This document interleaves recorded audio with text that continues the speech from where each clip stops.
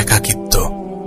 আচ্ছা, কখনো কি আপনার মনে হয়েছে যে দুনিয়া আপনার থেকে দূরে সরে যাচ্ছে, যেন সবকিছুই আপনাকে পেছনে ফেলে এগিয়ে চলেছে? কখনো কি এমন কিছু মনে হয়েছে আপনার চারিদিকে যেন একাকিত্বের আবরণ ঘিরে ধরেছে?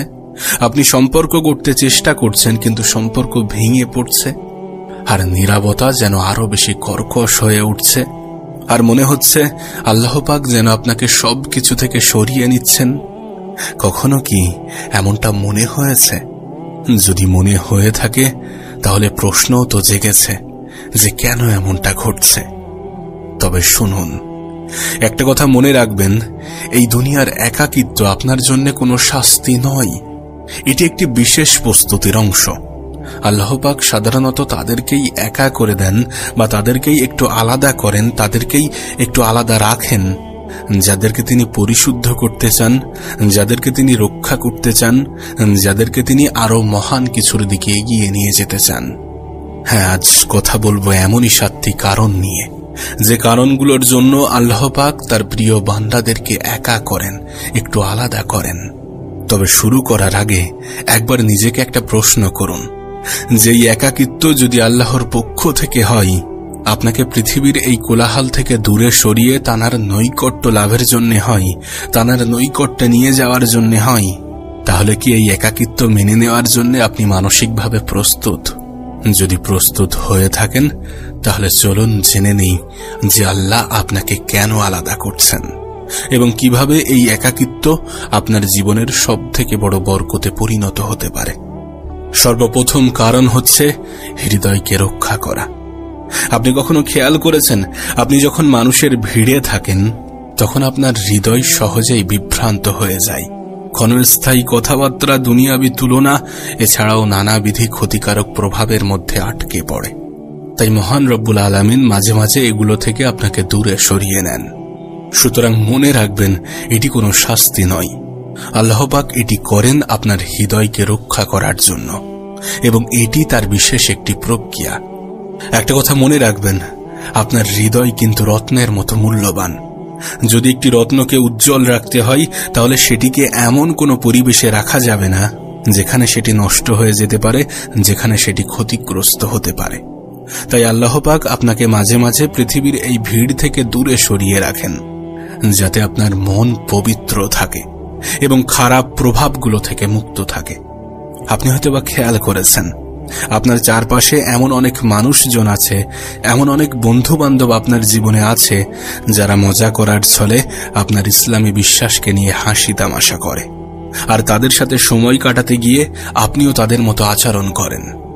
এখন যদি হঠাৎ তারা আপনার জীবন থেকে দূরে সরে যায়, শুরুতে হয়তোবা আপনি একটু কষ্ট পাবেন, কিন্তু একটা নির্দিষ্ট সময় পরে আপনি ঠিকই বুঝবেন, আপনি ঠিকই অনুভব করবেন যে আল্লাহ আপনাকে তাদের খারাপ প্রভাব থেকে বাঁচিয়েছেন।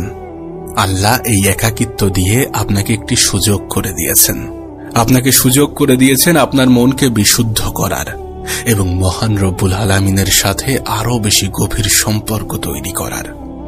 জানেন, এই একাকিত্ব আমাদেরকে কোরআনের একটি আয়াতের কথা স্মরণ করিয়ে দেয়, যে তোমরা দুর্বল হও না এবং দুঃখ করো না, তোমরাই হবে বিজয়ী যদি তোমরা মুমিন হও।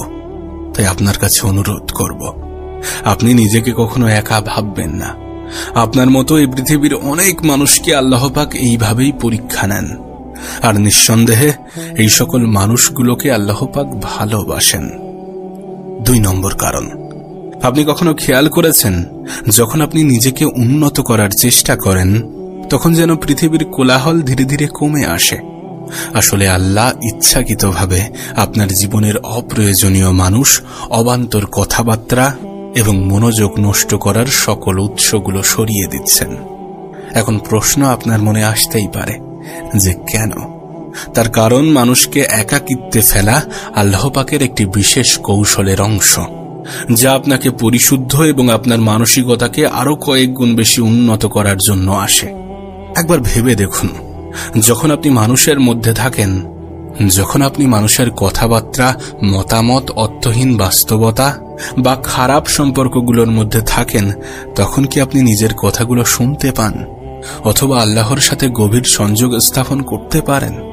না, কখনোই তা পারেন না। কিন্তু একাকিত্ব সেই কোলাহল থেকে দূর করে আপনাকে নিজের বাস্তবতার মুখোমুখি দাঁড় করাতে বাধ্য করে। আপনাকে শেখায় কোন বিষয়গুলো সত্যি গুরুত্বপূর্ণ এবং কোন বিষয়গুলো অতটা গুরুত্বপূর্ণ নয়। একটা কথা সবসময় মাথায় রাখার চেষ্টা করবেন, আল্লাহ পাক আপনাকে শাস্তি দেওয়ার জন্য একা করেন না। আল্লাহ পাক আপনাকে দুর্বল করার জন্য একা করেন না, বরং আপনাকে মজবুত করার জন্য একা করেন। একবার ভেবে দেখুন, নবী পাক সাল্লাল্লাহু আলাইহি সাল্লাম আল্লাহর পক্ষ থেকে ওহী প্রকাশ হওয়ার আগে প্রায়ই হেরা গুহায় ধ্যানমগ্ন করার জন্য যেতেন।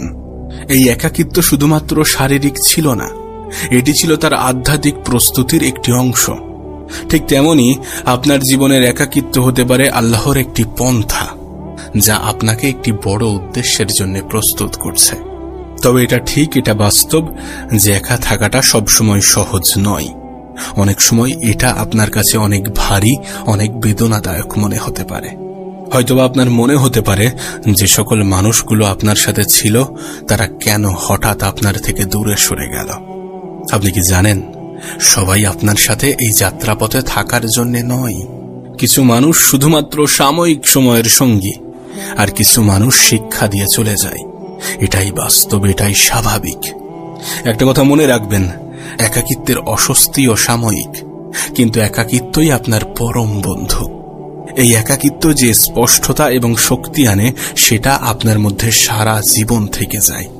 এই নীরবতা আপনাকে শেখায় যে আল্লাহর উপরে বিশ্বাস রাখতে হবে, আল্লাহর উপরে বিশ্বাস করতে হবে। আপনি এটা বুঝতে পারেন, আপনি এটা অনুভব করেন যে এই দুনিয়ায় আল্লাহর থেকে অধিক আপন কেউ হয় না। আপনাকে আরও শেখায় যে মানুষের গ্রহণযোগ্যতা নয়, বরং স্রষ্টার সাথে আপনার সম্পর্কটাই আপনার প্রকৃত মূল্য নির্ধারণ করে। সুতরাং একাকিত্ব কোনো শাস্তি নয়, এর দ্বারা আল্লাহ আপনাকে সেই ব্যক্তি বানাচ্ছেন যার প্রাপ্য শুধুমাত্র আপনি নিজেই। 3 নম্বর কারণ, আপনার একাকিত্ব আপনার আল্লাহর সাথে শক্তিশালী সম্পর্ক গড়ে তুলতে সাহায্য করে। আচ্ছা, কখনো কি এমন অনুভব করেছেন যে কেউ আপনার অনুভূতি ঠিকঠাকভাবে বুঝতে পারছে না?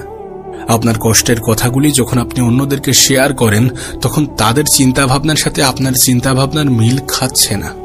এটি আল্লাহর পক্ষ থেকে একটি বিশেষ আমন্ত্রণ। যখন আল্লাহ আপনাকে একা করেন, তখন এটি তার দিকে আরো বেশি টেনে নেওয়ার একটি বিশেষ উপায়। আপনি হয়তোবা খেয়াল করেছেন, যখন আমাদের জীবনটা একটু সুন্দরভাবে চলতে শুরু করে, তখন আমরা আমাদের বন্ধু বান্ধব, পরিবার এবং বস্তুগত স্বাচ্ছন্দ্যের উপরে একটু বেশি নির্ভর করি। কিন্তু যখন আপনি একা হয়ে যান, যখন আপনার জীবন থেকে সেই সকল ভরসার খুঁটিগুলো সরিয়ে দেওয়া হয়, তখন আপনার পাশে একমাত্র তিনিই থাকেন, যিনি সব সময়ই আপনার সঙ্গে ছিলেন। আর তিনি হলেন আমাদের রব, আমাদের সৃষ্টিকর্তা, আমাদের আল্লাহ। আপনাকে একটা প্রশ্ন করব, আচ্ছা, কতবার আপনি আল্লাহর কাছে চোখে অশ্রু নিয়ে ফিরে গিয়েছেন? কতবার আপনি আল্লাহর কাছে মন থেকে ফিরে গিয়েছেন? এটা তখনই হয় যখন আমাদের দেয়ালে পিঠ ঠেকে যায়, যখন আমাদের অন্য কোথাও থেকে সাহায্য আসার সম্ভাবনা থাকে না, যখন আমরা একা হয়ে যাই। আপনার একাকিত্ব আপনাকে ঠিক এই গভীর নির্ভরশীলতার দিকে ধাবিত করে, যেখানে আল্লাহ আপনাকে বলছেন, আমার কাছে ফিরে এসো, আমিই তোমার জন্য যথেষ্ট। তবে এখানে একটা বিষয় পরিষ্কার থাকতে হবে, একটা বিষয় বুঝতে হবে যে এটা এমন কোনো কিছু নয় যে নিজেকে উম্মার থেকে আলাদা করতে বলা হচ্ছে। এটা মাথায় রাখতে হবে যে ইসলাম একতার ধর্ম, আর আমাদের শক্তি এই একতার মধ্যেই নিহিত। এখানে যেটা বলা হচ্ছে সেটি হচ্ছে একটি আধ্যাত্মিক যাত্রার কথা, একটি ব্যক্তিগত পরিবর্তনের প্রক্রিয়ার কথা, যা আপনাকে উম্মার সাথে শক্তিশালী এবং একটি অর্থবহ সম্পর্ক তৈরি করতে সাহায্য করবে। দেখুন, আমাদের নবী পাক সাল্লাল্লাহু আলাইহি সাল্লাম তিনি গভীর একাকিত্বের মুহূর্তগুলোর মুখোমুখি হয়েছেন, হোক সেটা হেরা গুহায় ধ্যানমগ্ন হওয়ার সময়, যুদ্ধক্ষেত্রে বা মক্কায় নির্যাতিত হওয়ার সময়। তবে এখানে মনে রাখতে হবে যে এই মুহূর্তগুলো বিচ্ছিন্নতার জন্য নয়, বরং প্রস্তুতির অংশ ছিল। তাই যদি আপনি একা অনুভব করেন, তাহলে এটা মনে রাখবেন যে এটা বিচ্ছিন্নতার জন্য নয়, বরং আপনার ভিত্তিকে মজবুত করার জন্য। আর যখন আপনার ভিত্তি মজবুত হবে, তখন আপনি অন্যদের সঙ্গে একতাবদ্ধ হতে এবং তাদেরকে অনুপ্রাণিত করতে আরো বেশি সক্ষম হবেন। 4 নম্বর, একাকিত্ব একটি প্রশিক্ষণের ক্ষেত্র। আপনি হয়তোবা খেয়াল করেছেন, যখনই আপনি জীবনে উন্নতি করতে যান, তখনই কিছু মানুষ, তখনই কিছু জিনিস আপনার জীবন থেকে দূরে সরে যায়। আসলে আমরা এটা ভুলে যাই যে একাকিত্ব মানেই শুধুমাত্র প্রত্যাখ্যান নয়, বরং এটা একটি পরিশুদ্ধ হওয়ার পথ। এবং এই পথে আপনি একা নন, বরং আরো অনেকেই আছে। মহান রব্বুল আলামিন আমাদের জীবন থেকে এমন কিছু বিষয় এবং এমন কিছু জিনিসকে সরিয়ে নেন যেগুলো হয়তোবা আমাদের জীবনকে অন্ধকার করে দেওয়ার ক্ষমতা রাখে। তিনি আমাদের মনোযোগ তীক্ষ্ণ করার জন্য এবং এমন শিক্ষা দেওয়ার জন্য এটি করেন। এই পরিস্থিতির মধ্য দিয়ে তিনি আমাদেরকে এমন কিছু শিক্ষা দিয়ে যান যেটা কখনোই আরামের মধ্য দিয়ে শেখা সম্ভব নয়। আপনি যদি নবী ইউসুফ আলাইহিস সালামের ঘটনা দেখেন, তাহলে দেখবেন যখন তাকে কূপে ফেলে দেওয়া হয়েছিল তখন কিন্তু তিনি নিজের পরিবার থেকে আলাদা হয়ে গিয়েছিলেন। কিন্তু বাস্তবে তাকে একা করে দেওয়া হয়নি। তিনি একা ছিলেন না, বরং এটি একটি প্রস্তুতি ছিল। কূপের সেই নীরবতা এবং পরে কারাগারের সময়গুলোতে নবী ইউসুফ আলাইহিস সালামকে একজন মহান নেতা হিসাবে গড়ে তোলা হচ্ছিল। যখন তিনি সেই পর্যায়গুলো অতিক্রম করলেন, যখন তিনি সেই পর্যায়গুলোকে পার করতে পারলেন, তখন তিনি একজন সাধারণ মানুষ ছিলেন না, বরং তিনি হয়ে উঠেছিলেন অসাধারণ প্রজ্ঞা, ধৈর্য এবং ঈমানের অধিকারী। এখন একটু ভাবার চেষ্টা করুন, এমনটাও তো হতে পারে যে আল্লাহ আপনাকে কোনো বড় উদ্দেশ্যের জন্য প্রস্তুত করছেন, যা আপনি কখনো কল্পনাও করেননি, আপনি কখনো ভাবার চেষ্টাও করেননি। তখন কি আপনি হাল ছেড়ে দিয়ে বসে থাকবেন? হ্যাঁ, এটি স্বীকার করতে হবে যে একাকিত্বের কষ্ট, কাছের মানুষকে হারানোর বেদনা, নীরবতার মুখোমুখি হওয়া এবং উপেক্ষিত হওয়ার অনুভূতিগুলো আপনার আত্মমূল্যকে প্রশ্নবিদ্ধ করতেই পারে। কিন্তু একটা কথা মনে রাখবেন, হীরাকে তৈরি করার জন্য চাপে রাখা হয়, আর সব থেকে ভালো তরবারি তৈরি হয় আগুনের ছাঁচে। এই একাকিত্বের মধ্যে আপনার যে সংগ্রামগুলো হচ্ছে, এগুলো আল্লাহর সেই উপকরণ যার মাধ্যমে তিনি আপনাকে আপনার সর্বোত্তম রূপে পরিণত করছেন। দয়া করে তাড়াহুড়ো করে এই নীরবতা পূরণের চেষ্টা করবেন না। যে সম্পর্ক, যে সংযোগগুলো আল্লাহ পাক সরিয়ে দিয়েছেন তা পুনরায় জোর করে ফিরিয়ে আনার চেষ্টা করবেন না, বরং এই সময়ে নিজের ভিতরে তাকানোর চেষ্টা করুন। নিজেকে প্রশ্ন করুন, নিজেকে জিজ্ঞাসা করুন যে আল্লাহ আমাকে এর মাধ্যমে কি শেখাতে চাইছেন। বিশ্বাস করুন, আপনার এই দৃষ্টিভঙ্গির পরিবর্তন আপনার একাকিত্বকে শাস্তি থেকে উপহার বানিয়ে দেয়। যখন আপনি এই পর্যায়টি উপলব্ধি করবেন, তখন আপনি একটি গভীর সত্তা অনুভব করবেন যে একাকিত্ব আপনাকে ভাঙার জন্য ছিল না, বরং এটি ছিল আপনাকে গড়ে তোলার জন্য।